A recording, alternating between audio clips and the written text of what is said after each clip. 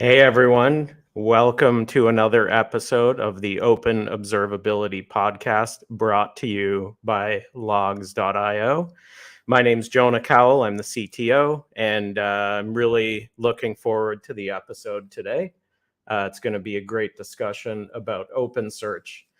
And for those of you that are not familiar, although we're going to get into some of the details, OpenSearch is a community-driven open source Apache 2 project. And this was really created as a result of some of the licensing changes around Elasticsearch and what happened roughly a little less than a year and a half ago. And so we're going to talk a little bit about the evolution of the project, what's coming up, a lot of exciting things happening. And in order to have that discussion, I'm joined by Eli Fisher, who is the principal product manager for open source. And he is over at AWS, but he's going to give you some details on his background and where he came from.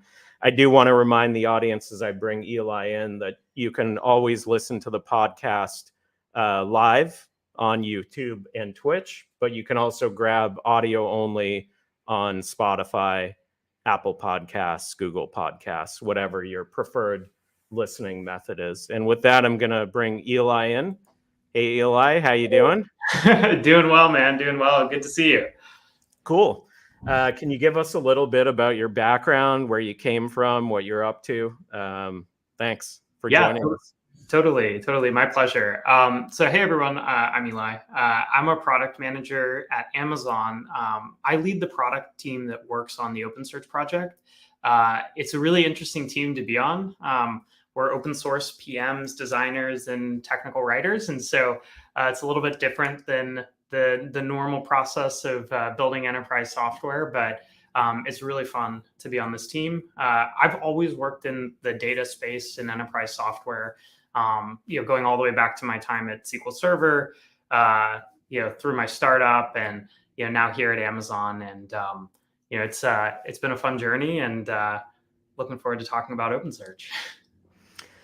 Awesome. Thanks a lot. Appreciate that.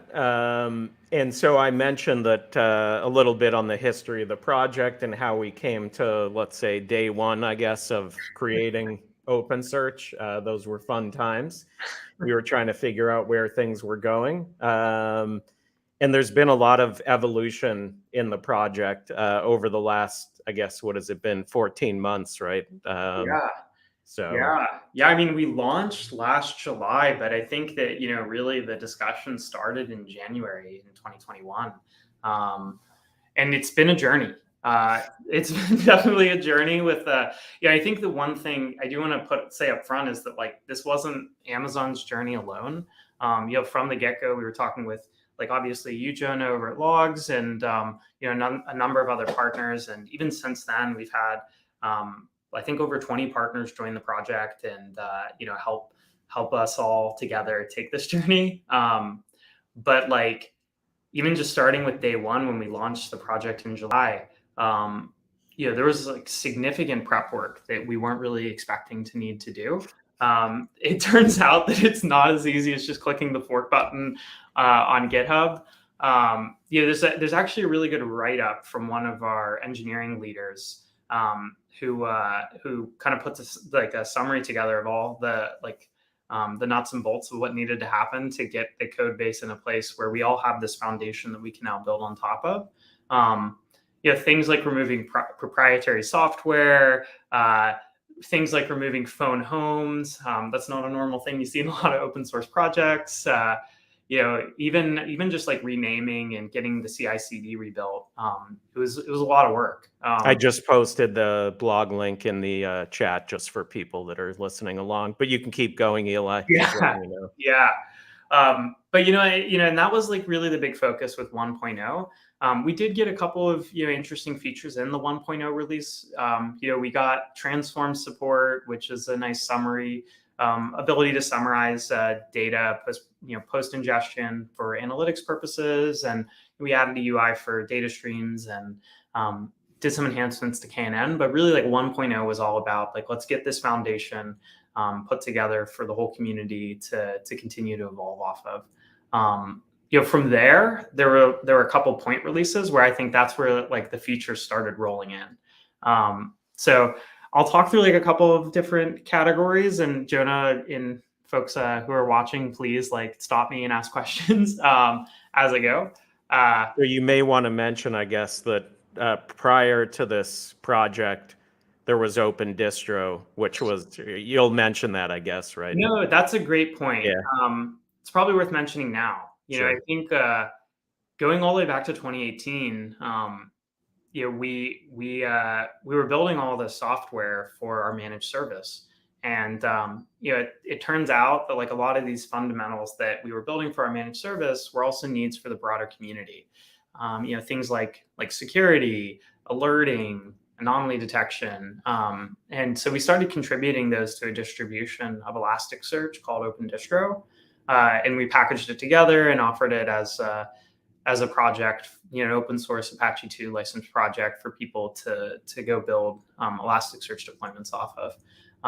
And so we did have like a foundation of features that we'd always sort of been building and contributing to the community. And like all of those came in and got packaged as part of OpenSearch and the default distribution of OpenSearch. And since then we've been continuing to enhance those and add more and more. All in the open source, all upstream first. It's kind of how you got to do it with open source. Cool. Yeah, awesome. So you were mentioning some of the other innovations. Yeah, totally. So like there's actually some really interesting ones that like you don't normally see generated out of an open source project, especially in the database space. So like for reliability, availability sort of features, one thing we added was cross-cluster replication. That's like generally a pretty big enterprise feature that helps anyone run scalable deployments of whatever database or data system that they're running in a reliable geo-available way. And that was one of the first things we added to OpenSearch. There's also some other like interesting ones that we've added from our learnings running the managed service. So one of the interesting reliability features that we added is called shard level indexing back pressure. And Jonah, I know you're familiar with some of the chaotic scalability issues of OpenSearch and Elasticsearch, but one of the things that for a really long time it wasn't very resilient at handling was like if you have a lot of workload like processing going on, like maybe there's a lot of parallel indexing going on or searching going on, you can easily thrash the system with like a big new ingestion spike. Yeah, I know you're nodding your head because you've probably experienced this before. It's always a big challenge, like dealing with bottlenecks when you're ingesting a lot of data and then you're also querying and you need to do constant searches. So you're always trying to push the pressure to different nodes and deal with hotspots. And it's still, even with all the work that's been going on, I think there's still a lot of things that need to be far better automated in terms of figuring out those bottlenecks and basically moving the hotspots around the cluster effectively. Oh, totally. And like this system, historically, they're like when hotspots emerge, if those hotspots like fail or crash, just the way that quorum is handled and distribution of querying and ingestion, you can end up with cascading failures that lead to downtime. And so being able to be a little bit more resilient for these spikes is really important. And that's why we added the back pressure feature on indexing. It basically helps with, as you get a really big spike in ingestion come in, being able to kind of like pump the brakes and make sure that the system doesn't get overwhelmed. Yeah, we just run a lot of Kafka to do some of that stuff just right. Because it's kind of hard to just feed it all into the database and hope that it handles it, right? Oh, totally. And even with this, like you still need that like ingestion tier in front of the cluster for scalability, because like ultimately what this is doing is it's rejecting requests after you hit a certain amount of sort of like pressure on the system. if it's rejecting requests and you want to still ingest those requests, you need something that is managing that and knows to reapply those requests as the system sort of gets less overwhelmed with the current activity. Good yeah. stuff. And there's a lot of stuff that you can cover. I mean, there's so many different things. I don't want to make too much of the podcast about the history of what was done in the last year, but if there's one other thing you want to mention, and then obviously the title today is looking forward, what's coming, all the exciting things. So maybe touch on a couple of other items, and then we can kind of start talking about the future a little bit, right? Yeah, so I mean, this is the Observability Podcast. I think there's like two interesting features that I'll touch on really quick. I think one of the things that's been a really big push that's been really fun to be a part of is the push on machine learning. So like within machine learning, there's sort of like two types of problems we see with it for end users. There's like, how do you have like the latest and greatest algorithms and ensure you're being innovative on that front? And we've done a lot this past year to kind of push the boundaries there. We added FAISS support for KNN, which is like an industry-leading algorithm for k-nearest neighbor search. We've also updated the anomaly detection algorithm to a new version of random cut forest that's better at handling high cardinality use cases. So I think it can handle up to like 1 million entities, which is really pushing the boundary on a lot of these high cardinality type use cases, and then just making it easier to use machine learning. I think that's like the other thing that's really important. Adding feature attribution to anomaly detection so you can understand actually what drove the anomaly. We added an ML Commons feature that it lets you integrate algorithms directly into the piped processing language that we have, so that you can call the machine learning features directly from your query editor. Things like that, I think, go a really long ways, and we're going to keep expanding on it. And then the other area that I should talk about, since it's the Observability Podcast, is we launched an observability plugin. There's a ton of features that went into there. I won't belabor all of them, but like some of the interesting ones, there's an app analytics view so that you can actually organize your logs, metrics, and traces into your applications and services views, and start to do some of that correlation that's really important for observing your systems. And I guess the only other one I'll talk about really quick is there's a project called Data Prepper that's an ingestion project, and we've talked about this before. There's like every week there's a new ingestion project that's out in the community. So the question, the natural question is like, well, what's special about Data Prepper? Like, why Data Prepper? It's what I would say, it's something that's built, specifically for the observability use case in OpenSearch, and it still works with popular standards like OTel and all those sort of things, but it's really built for like the OpenSearch user base, where it's got things like Logstash parser handling. So if you're looking at moving away from Logstash, it's a nice tool for that. Handles tracing data really well, so it can actually do like multi-line processing, where you have two different logs that may represent a span, and you can do some of that within Data Prepper. But by no means is it the only way to get observability data into OpenSearch. We've got a great partnership with Calyptia to get Fluent Bid and Fluent D working, and Jonah and I both attend the logging SIG here and there for OpenTelemetry, and that's another really important area that we want to go work well with. Yeah, I hope we see more collaboration or convergence with OpenTelemetry, and I think it just makes OpenTelemetry stronger for everyone, just because of the reuse that you can have. I was just speaking of which, I was just looking at an issue yesterday that actually talks about how in OpenTelemetry they want to start talking about graphical views, like topology views, and how that factors into tracing. So it's a new issue. I'll dig it up when Eli's talking, but It's an interesting one that's super hot. And how do we deal with topologies and relationships, which is something that's kind of missing in OpenTelemetry. And I know Data Prepper does deal with those topologies and those views. So I think it is, seeing that stuff converge is definitely in the best interest of all of the community users. So. Oh, totally. I mean, that is one of the strengths of data prepper, is that it has that, like, basically, like, from sort of the multi-line processing that it does, it's able to understand, like, what are the different systems within an application, and it writes those into OpenSearch so that you can build visualizations on top of that. Sounds good.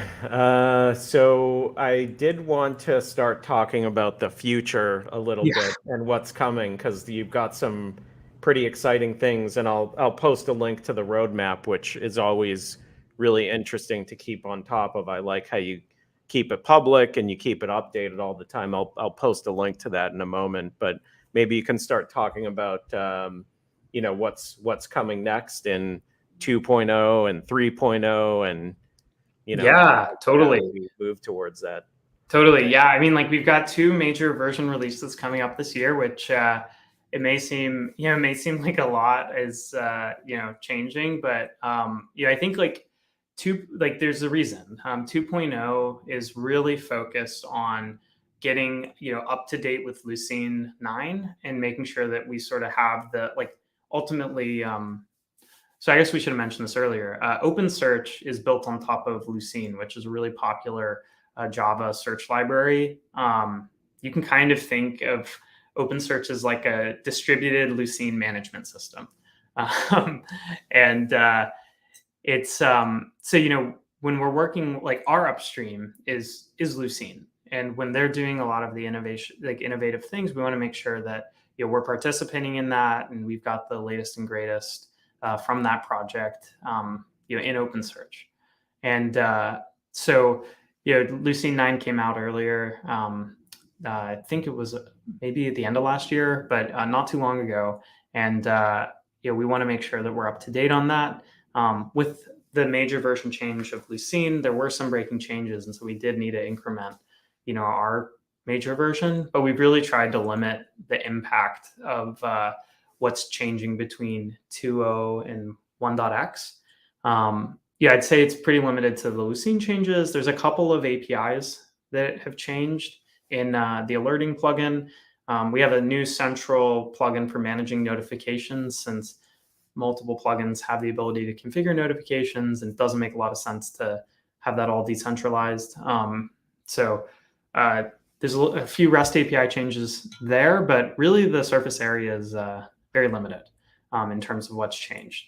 That said, 2.0 does have features also, and so some of those are worth calling out. I think, like, with Lucene, that's a foundation that we're going to be able to start to integrate some really cool things that are going on in Lucene. We have our own KNN plugin that's built off of a native library that's really popular. But Lucene 9 has its own KNN feature, and so we want to go work with that feature directly, and be able to integrate some of the cool things going on, like pre-filtering on requests, and some of those things that are pushed all the way down to the Lucene layer. In addition to Lucene, we talked about shard level indexing back pressure. We're actually adding back pressure for the search path as well, so that you get that resiliency coming in both off of ingestion and off of querying. And so that's another exciting thing coming in. And then, so just one question on that, because I haven't dug into it, but so if there's a search and there's congestion, does it actually, like, queue the search, or how does it handle it, or does it move it to a different part of the cluster? I mean, what is... So some amount of that is going to continue to happen. This is sort of like a last resort, like request rejection, when there isn't room in the queue or isn't an ability to load balance it. Whereas, like, in the past, it's going to continue to, like, try to push that in and end up with really bad hotspots, with no room to, like, balance those hotspots across the cluster. So you can think of it as sort of like a last resort that prevents, like, a total failure of the deployment. Got it. Okay. Sorry to interrupt. You can continue. No, for sure. But I think one of the things that we've talked about before, Jonah, is the drag and drop UX idea. So we're going to get our first iteration of that out in 2.0. I think it's going to be really awesome. It changes the paradigm of building visualizations a little bit. We still are going to have the same way that we've always supported it, which is like, if you know the visualization and you know the data, you can really quickly produce, the dashboard that you want. But a lot of our users, they know their data and they don't really know the best way to visualize it. And drag and drop is going to be a way that they have a little bit more of a playground to test different visualizations and see what works for them. Sweet. Awesome. Yeah. So there's some pretty big features in there. And I think, we've seen in the open source versions of, Kibana in the past, a lot of the features didn't end up going into the open source. They went into other licenses. So it's nice to see UI improvements going on in open source too, which is, it's kind of a neglected area where the UI in a lot of open source projects isn't always the best. And it's kind of like, let's build a bare bones thing that works. And, you end up kind of not paying attention to the UX. So it's good to see, more attention being paid on that side, because users really do care about it a lot. I think that that's a really good point. Yeah. We've both been there. We've used observability products, not just built them. And one of the most frustrating things is you go to try to interface with the dashboarding tool or whatever it is that you're trying to use, and it's it feels really clunky, and it's just hard to get to the results that you're looking for. And so it's just such an important area to invest in. It actually kind of leads to a good sort of leads to the next topic, which is okay, so 2.0 has a couple of these features, and it's all about Lucene 9 and making sure we're continuing to make progress. But 3.0 is right around the corner in September. What's going on with that, right? Dashboards is one of the really big focuses for 3.0 and beyond. I think that the elevator pitch in my mind is decouple it from OpenSearch, immerse the features throughout the UX, and then expand the data sources that we support. So there's a couple of initiatives, and I think we've got a link somewhere that we can share on the dashboards vision that was posted. Yeah, I'll post that in a second. Awesome. Sure.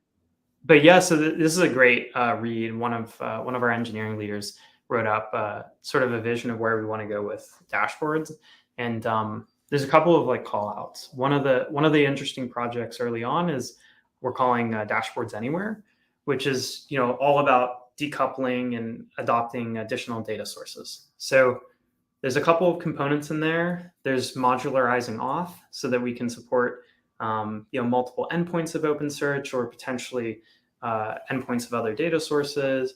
There's getting the metadata out of OpenSearch, which I think you're probably very familiar with right now. You've got to store everything in an OpenSearch index that's basically powering dashboards. And if OpenSearch has problems or that index has corruption, dashboards doesn't work anymore, right? And that's and the bigger problem is the one-to-one mapping, where you have to work around it a lot of times because you can't just run dashboards by itself. So I think it's important to decouple them, not only for resiliency, as you were mentioning, but also, the vision of really making dashboards a visualization tool for data and not a visualization tool for only OpenSearch backends, right? I mean, over time. So. Oh, totally. Even just doing more than one OpenSearch backend.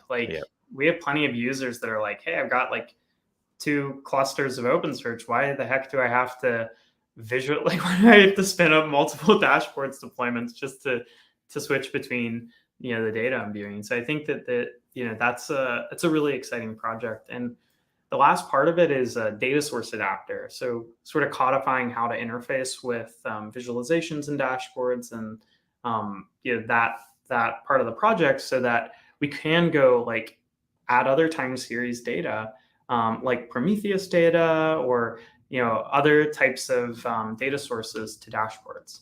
And like you said, like, you know, there's like a vision here to go support lots of analytics use cases. Dashboards has time series charts. It's got different analytics like forensic analysis capabilities. It's really built well for handling a lot of time series data. And so as long as we sort of codify how to interface with it, we'll be able to start to onboard more and more data sources. Yeah, and obviously the big one in observability and the most popular time series is anything compatible with Prometheus, right? So, you know, I think that's a big topic as we think about what users want once again, and what you're doing with the observability plugin. And obviously the vision of many observability companies like ours is how do we unify logs, metrics, and traces. And you know, although you can do time series in OpenSearch and Elasticsearch, it's not ideally suited. So I think, you know, we're going to end up with two databases minimally. Yeah. And then the idea would be, how do I unify that at the query layer or build linkages between them? So I think that's super exciting, and I think really brings the unified vision to open source tools, which has never really existed today. So Yeah, no, I totally agree. I mean, like, you know, the most common ask that like I hear with the observability use case, and I know that people get way more sophisticated once they solve this problem, but like the first problem is like, I've got metrics and I've got logs. When something goes wrong in either of them, I want to be able to understand what happened in the other. And so being able to, you know, bring the data together and visualize it side by side, I think is going to be really, really helpful for a lot of our community members. yeah, and I mean, Grafana can do some of this, and obviously, you know, as we get into the news, I'll talk about some of the changes going on around Grafana, which is still open source. It's just not Apache 2, so it's more restrictive now. But Grafana really always starts with a metric and then lets you go from a metric to a trace or to a log. It's not really designed to start from one of those other data sources. And with OpenSearch dashboards, it's very open in terms of how you want to start your analysis, which I think is better suited to observability, where you don't always have a use case like, I'm troubleshooting a problem and therefore I'm going to start with a metric that's indicating some type of change. It's not always what you do with observability.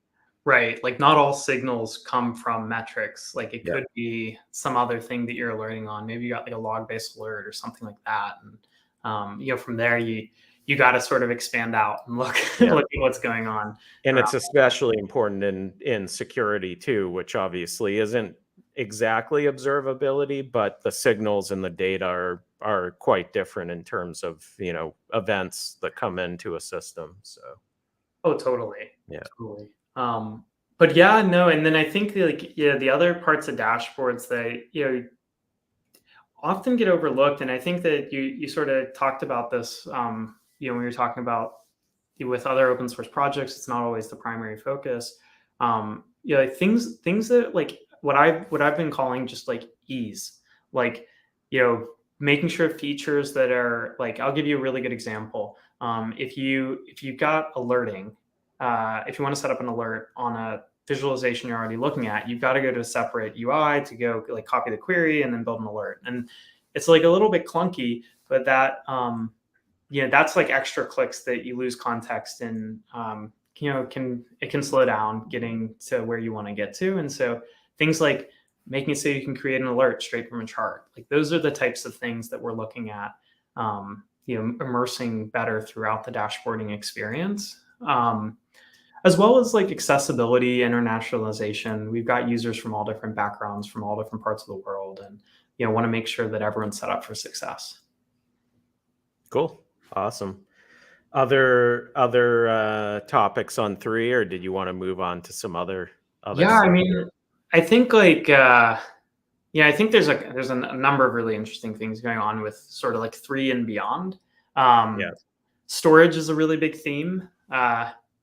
it turns out that everyone wants things to be like cheaper, more performant, more reliable, and storage is sort of like one of the pillars that gives you those things. So for those who aren't aware, our managed service has a feature called Ultra Warm. It's a tiering option that decouples parts of the compute and storage and OpenSearch to drive down costs for infrequently accessed data.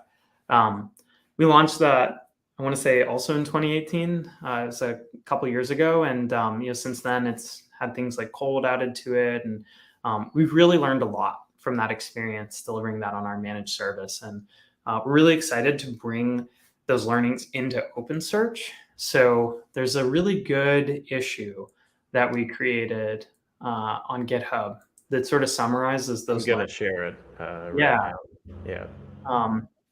Yeah. It shares a lot of those learnings and like where we think we want to go with OpenSearch, having gone through those learnings to kind of like build like the next generation of what we think we should do to solve that decoupling problem. There's some good first steps that we're looking at. So one of them is it's called segment replication. It's switching from the document-based replication feature to the Lucene segment replication, which improves throughput and performance. Since instead of replicating each transaction and replaying it on each node that has the replica, you're just copying over the segments, the Lucene segments. But then I think, when thinking about Ultra, you're thinking about like remote storage, right? Like cloud native storage. And so we're going to be adding an ability, we're calling it remote storage, but adding an ability to continuously sync indexes to remote stores. And, what that does is removes the need to have replicas for durability. You still might want replicas for availability or performance, but it's sort of a stepping stone towards what we ultimately want to do, which is get to a point where we're really decoupling the writer and reader functions inside of OpenSearch so that you can independently scale them. And doing it from the get-go so that you don't have to think as much about tiering. It's kind of a pain if you have to like rotate data and there's all this data movement going on to move it between local and remote. And if you have a way to really seamlessly write it to remote first and maybe cache what's necessary to have a performant experience local, it's just less to manage for users. Oh, sorry. And then you can start pulling state out of the cluster itself, and you can start thinking about how do I build this in a microservices architecture where things are just reading and writing, sort of similar to the design pattern that Cortex created on the observability data for time series. Is then you can really start thinking about how I scale this in a stateless manner, and that really helps you get to the the type of performance and availability of what you see by the hyperscaler cloud providers, right? Yeah, no, exactly. And there's like, it's kind of like to add to that, there's like this is a really useful pattern for like ad hoc, almost like serverless-esque patterns that you might have where you've maybe got like a big BI report that you want to build, and you can go spin up a reader node that's just focused on doing that work without necessarily interfering with the rest of the querying or the writing going on. And so not all of this is going to show up day one in 3.0, but like we've got the vision out there, it's published, and we're working towards that mission where we think this will be a foundation that will scale and meet our users and communities' needs long term. Yep, for sure. Sounds good. Yeah. Very good. Other things that you wanted to cover off on the 3.0 piece? I think you probably touched on the big ones that I'm familiar with. Yeah, I think those are the main ones for 3.0. I think we should talk about observability because I think that there's some things that will be in 3.0, but I think also long term, there's a lot of just like interesting things. We're not done with building our observability plugin. There's definitely more work we want to put in there. You talked about having the common query interface. There's an issue open actually right now that talks about sort of like Prometheus integration. And one of the ways that we're thinking about that is basically through the piped processing language, which has pretty similar syntax to some of the other metrics database query languages, like PromQL, being able to unify how we query against logs with metrics and traces. So I think that's going to be a really interesting primitive, so that you're not just doing it through visualizations, but you also have like a query interface where you can start to query across that data. Yeah, PPL is pretty interesting, but today it's scoped only in the observability plugin, I believe, right? There is a way to interface with PPL through REST API. Okay. It's actually built on top of our SQL support, and the query workbench for PPL is inside of the observability plugin. But if you wanted to like programmatically use PPL, you could do it through the REST API as well. Yeah, it definitely makes it a lot more powerful for people that don't want to learn Lucene context, language, so to speak, to do some of the queries. So one of the main challenges that we hear from our user base is, I'm using some other tool to do searches which understands basic language like a Google search might. And now I have to learn this weird, bizarre language. So I think it solves some of those issues, Yeah. just for doing basic search stuff. And Oh, totally. And that's actually, it's interesting. Like, one of the things we did release last year for SQL and PPL was the like match support in the DSL through PPL and SQL. And we're going to keep adding the full text features into those languages, so that, like you said, there's just a lot of individuals who are more familiar with SQL and piped processing languages, and it's going to be way more accessible for them to kind of get like the latest and greatest out of both of those feature sets, together. So we got an interesting question, and I know it was kind of on our outline of things to talk about, but we didn't talk about the operator. And I know there's a lot of work going on. So we actually got a question from Pascal here on the YouTube stream. And we should probably spend a minute maybe talking about all the coordination that you and I did between all the parties that wanted operator support, and kind of where we're going on that. Yeah. So this one is like real close to home for Jonah and I. We've been working together on kind of getting the ball rolling. Like right after OpenSearch launched, one of the first questions that was really common was like, what are we going to do about a Kubernetes operator? It's kind of like, one of the tried and true ways of deploying software in today's age. And so like, what's the story there, right? Really quickly, Jonah and I have been, started reaching out to partners and peers that have built Elasticsearch operators, and we're looking at building OpenSearch operators. And recently, ourselves and some of the team members over at Opster were able to gather a really great group of people to put together an operator that sort of like incorporated the best of what we saw across the community. Big credit to like the Zalando team as well, who've helped share a lot of their learnings from their operator. The operator that just launched is in beta, and it's pretty thoroughly tested. There's lots of stakeholders working on it, but it's beta, and the general availability is supposed to come in the coming weeks. I actually think that the public roadmap for it is on their README. But I'll take a look. The development plan is here. So Zalando's actually been running an operator in production for 4 or 5 years now, so they're quite experienced.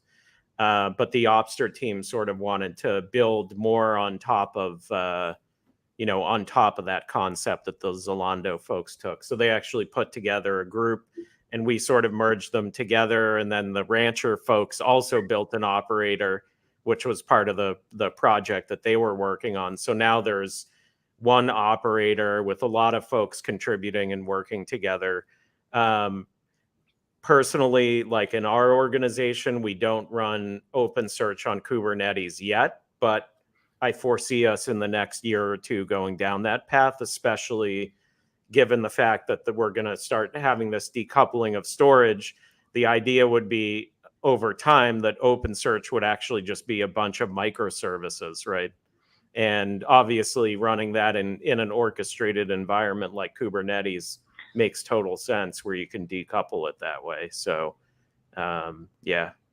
Yeah. I mean, I think like the K8 operator was such like a big push for the community, as a big request for the community. And so like serious credit and thanks to like all the individuals who have helped get that thing going. I'm really excited about it. I saw there's like a pull request somewhere on our project website for a blog post for it. So we'll definitely be announcing it as soon as we can. But it's super exciting work, and I just love to see how many people jumped in and are helping contribute and maintain that project. Really, really exciting. Yeah, I mean, and I guess we didn't talk about some of the other, other projects going on around OpenSearch, right? There's a bunch of different language libraries and things like that other folks have been stepping up and maintaining, right? So I don't know if there was anything that you wanted to call out on those. Oh my gosh, yeah. Like, I think that's actually one of the biggest successes for the community from this past year. I would say there's been a number of like challenging moments in sort of the project evolution. One of the things that we as a group had to deal with was that a lot of the language clients that the community member had been using removed compatibility with open source Elasticsearch, which OpenSearch 1.x is built to be backward compatible with. So really quickly, we shared from the AWS side, like, hey, here's what we're doing, and called for help, basically, like who wants to jump in and help. And a bunch of people raised their hand and have been co-maintaining those client libraries alongside members of our team. Many of which are, I would say, like honestly stewarding some of these with more contributions than what we're seeing out of the AWS team. So it's really exciting to see that momentum come from the broader community. But clients aren't the only place where like we've had maintainers jump in and add sort of these projects alongside OpenSearch. Amitai Stern over at Logs, like early on, he was working on plugins and was like, man, there's like no good guides for this. There's no template to work off of.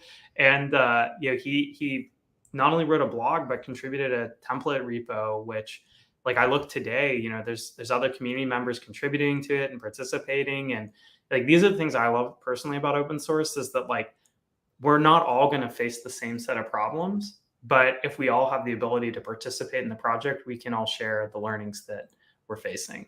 Yeah, definitely.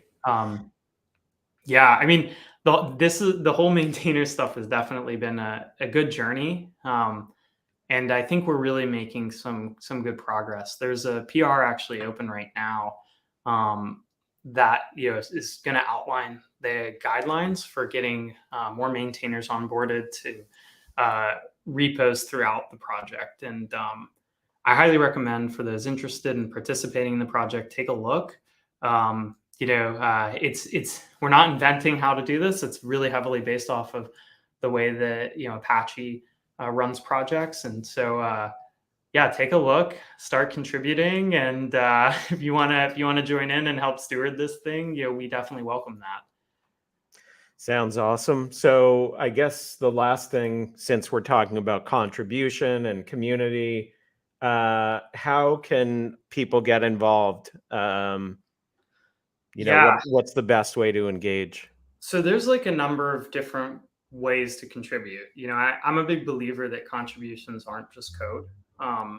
That's obviously a great way to contribute. So like, I don't want to turn people away from that, but things like just being involved in the forums, answering questions for other people using the project, it really goes a long way, and helps educate the broader community. Contributing docs, like documentation for like even just opening issues when you find issues in documentation. Like, these small things add up and lead to much better product experience. Now, if you are interested in writing some code and participating in the software development of the project, there's some areas that like we definitely would appreciate some passionate individuals. Like, clients never has enough people. Like, if someone's really passionate about working with a specific language, knows the ins and out of it. One way to go make OpenSearch work well with that language is to help evolve the client for that language. But then, and same thing with distributions. Like, if you are really passionate about, let's say, Arch, someone from Arch early on, raised their hand and started producing the Arch builds that are delivered to that community. And so similar things, like if there's areas that you are particularly passionate about, jump in. That said, like, there's a lot of repos in the project. If you like working on databases, like, Core is a great place to be a part of. We've got a bunch of open issues. We've got a public roadmap. And if you want to jump in on anything, like, jump in. Yeah, and so the other thing is the community meetup, the community meetings, the regular community meetings are really good way to get an understanding of like the hot topics and what's going on with the project. It's on Meetup. I just posted a link over there, and you can definitely sign up. One of the items there, which is pretty exciting, it just recently got announced, is the first OpenSearch Con, right? Coming up in September and over at Amazon headquarters in Seattle. So that's going to be a cool event. Yeah. Definitely sign up for this just so that you can keep an eye on what's going on. Looking forward to seeing, the CFP open and like more structure.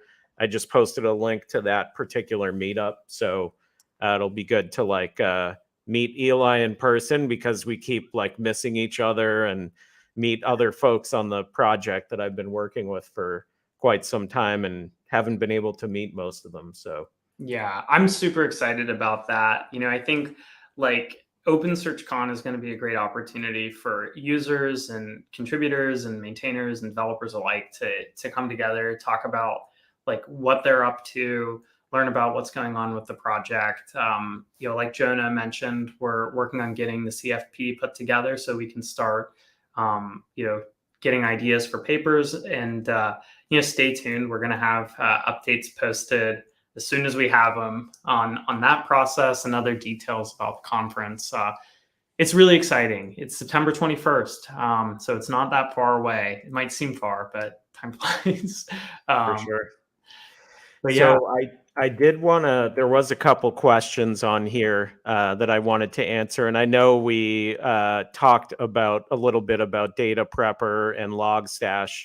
And so Dotan was asking, why did you build Data Prepper instead of Logstash? And obviously, I mean, I think I can answer this. It's that Logstash kept breaking compatibility. And so it was more of a, and it's limited and old in many ways. So, I think Data Prepper provides something that's more scalable and more modern, and it handles multiple data sources and not just log data. So that's right. I mean, we did take a look, and there's a lot of really great things that Logstash has to offer, and we do know a lot of the users continue to use it, which is why we did deliver a Logstash output plugin for OpenSearch. But the plugins are super powerful. Like if you want to integrate with third parties, or like the Okta plugin, I was just making some changes to it, but that's something I think that's going to just be good content developed by the community. Oh, totally. Now, like Data Prepper, like what Jenna mentioned is like absolutely true. We also were looking for ways to support more complex data processing that often has to happen for observability data. And so like one of the key things we realized was like sort of this need for multi-line processing to do things like building like service mesh graphs and building traces at the ingestion layer and decorating those traces with additional context. A lot of that, it's doable with other tools, but we thought sort of taking a specific approach where we're going to go build something that does an awesome job at that niche was going to be the right way, rather than try to retrofit something that it just isn't built with the sort of the same scalability in mind as where we wanted to go with Data Prepper. Makes sense. So the other question is, we were talking a bit about governance, in that you're opening up to maintainers and that things are going to start changing there. But is there, I guess the second part of this is there going to be any type of thought about making OpenSearch part of a foundation? Obviously the two really popular ones in the space, Lucene and some of the other technologies, are part of Apache. A lot of the observability tools are part of CNCF, and just wanted to see if there was anything you wanted to share with folks on that. Yeah, I mean, the way we've been approaching this has definitely been like baby steps towards a longer term journey. I don't want to say we want to like preclude anything, but I think where we're at now is like we finally got to the point where we've got the systems in place to onboard more maintainers. I think we're going to learn a lot in the coming months as we bring on more stakeholders. We're going to learn how to like work where it's a more balanced group of people than just Amazon employees working on the core. And I think we're like we've seen with the project over this past year where we started and it was like really, locked to Amazon, open up. We're going to continue to open up and work with our partners to get the project where we all think we need to get to. Cool. Makes sense. Always evolving. Yeah, for sure. So any other things that you wanted to cover off before we maybe talk about a little news? And Let me just really quickly check my notes here. sure. Yeah, feel free. But I mean, yeah, nothing in particular. I mean, I really do want to give a shout out to like all of the contributors, Yeah. and all the people who have been helping move this project forward. The expression "it takes a village." We've got a great village that we're working with, and so I'm looking forward to the years to come. Cool. Awesome. Well, thanks so much for joining us. It was a super interesting conversation. Lots of data, lots of links to things in the chat, which I'll also make sure get saved along with the discussion. And with that, I was going to shift over to the news. You're happy to chime in and join as I kind of cover off a few noteworthy items in the news. And thanks for having me, Jonah. yeah, It's awesome. always a pleasure. I know we work together a lot, but it's always a pleasure to get on a call and talk through different things going on. Sure. Sounds awesome. Thanks for your partnership and making the project successful. Definitely a lot of really great things coming up this year. It's a super ambitious roadmap. And yeah, we're going to be there to help you along and make sure that it works out well for everyone. So Awesome. thanks for that. So shifting over to the news, I did want to cover off on a few events. Obviously, the one that we just talked about, OpenSearch Con, we mentioned. The link is in the chat. Definitely mark your calendars if you're interested in this topic. It'd be great to have you participate.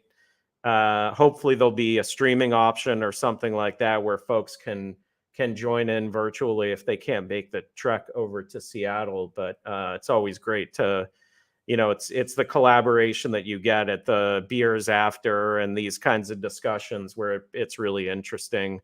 And that's where I think a lot of the value comes from, aside from, the content itself.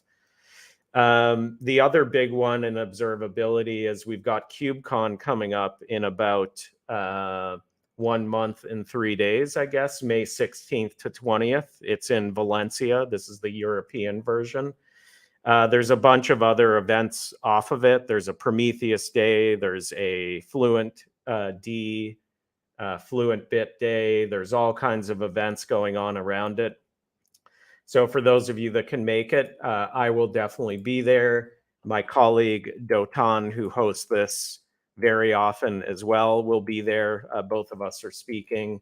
I was hoping to meet Eli there, but he's not going to make it, which I just found out. But Anurag is still going to be there over at FluentCon, and sure, he is sharing all sorts of news. So that's a track that I think for those that are interested in ingestion, they'll wanna sit in on. Definitely.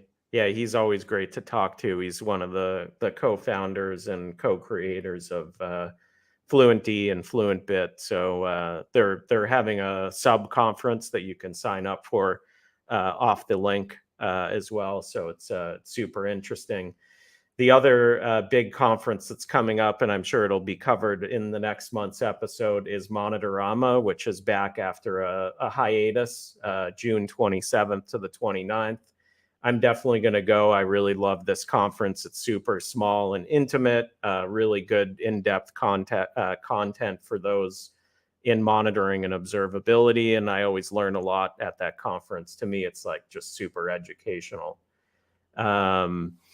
And for those that want something remote, there's Ollie Fest, May 9th to the 12th. It's also a great conference. It's very community focused. It's just well organized and well run. I think it's one of the better virtual observability conferences. You can get a ticket for free, and their URL is there. And once again, it's a great event to get involved in if you want something where you don't have to get on a plane and you want to learn quite a bit.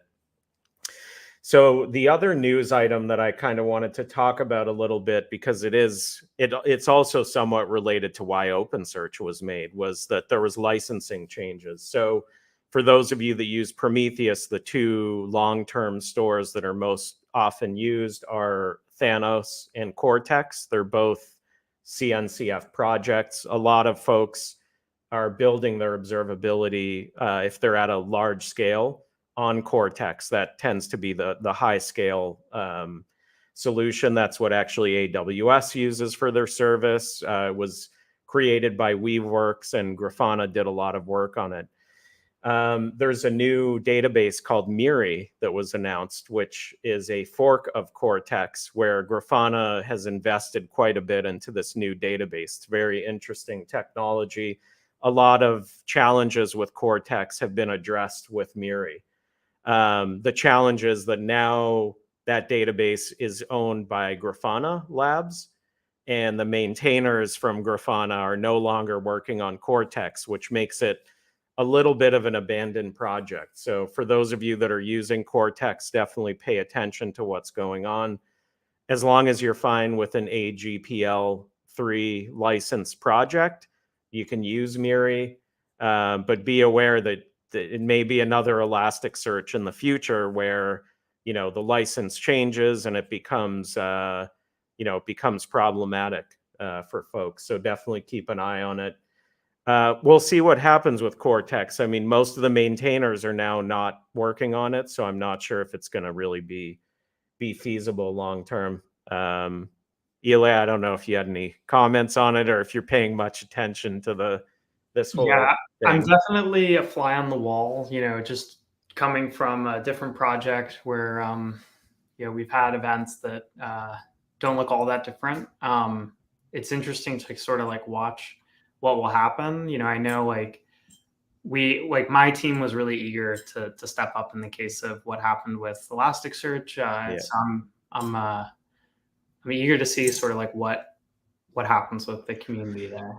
And hopefully Grafana doesn't change the license and it's fine in AGPL. I mean, it's obviously a much more limited license, but it's still open source and you can still use it. So it's not, it's not terrible, but it is concerning because Apache is obviously the open license, right? And that gives everyone the ability to do whatever they want with it, commercially, privately. You can take the code and merge it into whatever you want. So it's really enables the most innovation, really, to a community. So it's unfortunate, but hopefully it won't evolve or devolve any more than it has. So I think that's kind of it for the news. Eli, anything else that maybe I missed or news that you wanted to share? No, I mean, we covered a ton. Yeah. I don't know if anyone here tuned in to think about the search sort of things. But I do want to call out that Berlin Buzzwords is this June, and OpenSearch is going to be there. I'm going to be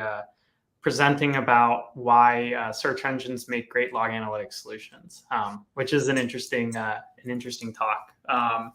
So Well, I actually haven't heard of that conference because it's outside of my circles, but I'm going to post a link to it for those of you that are into search or using OpenSearch maybe for non-observability use cases. It looks like a cool conference, and Berlin is always a great place to be in the summer. So yeah, exactly. It's a fun conference, and it's it's like one of those.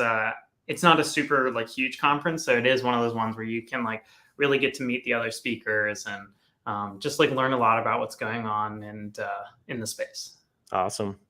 Well, I wanted to thank you again for joining us, and appreciate all the time, and look forward to working with you. Likewise, thank you for having me. Thank you. And I wanted to thank our sponsor, Logs.io, also for this awesome podcast. And with that, we will see you again next month. Looking forward to another great podcast, and stay tuned. Thanks, everyone, for joining us, and we'll see you later.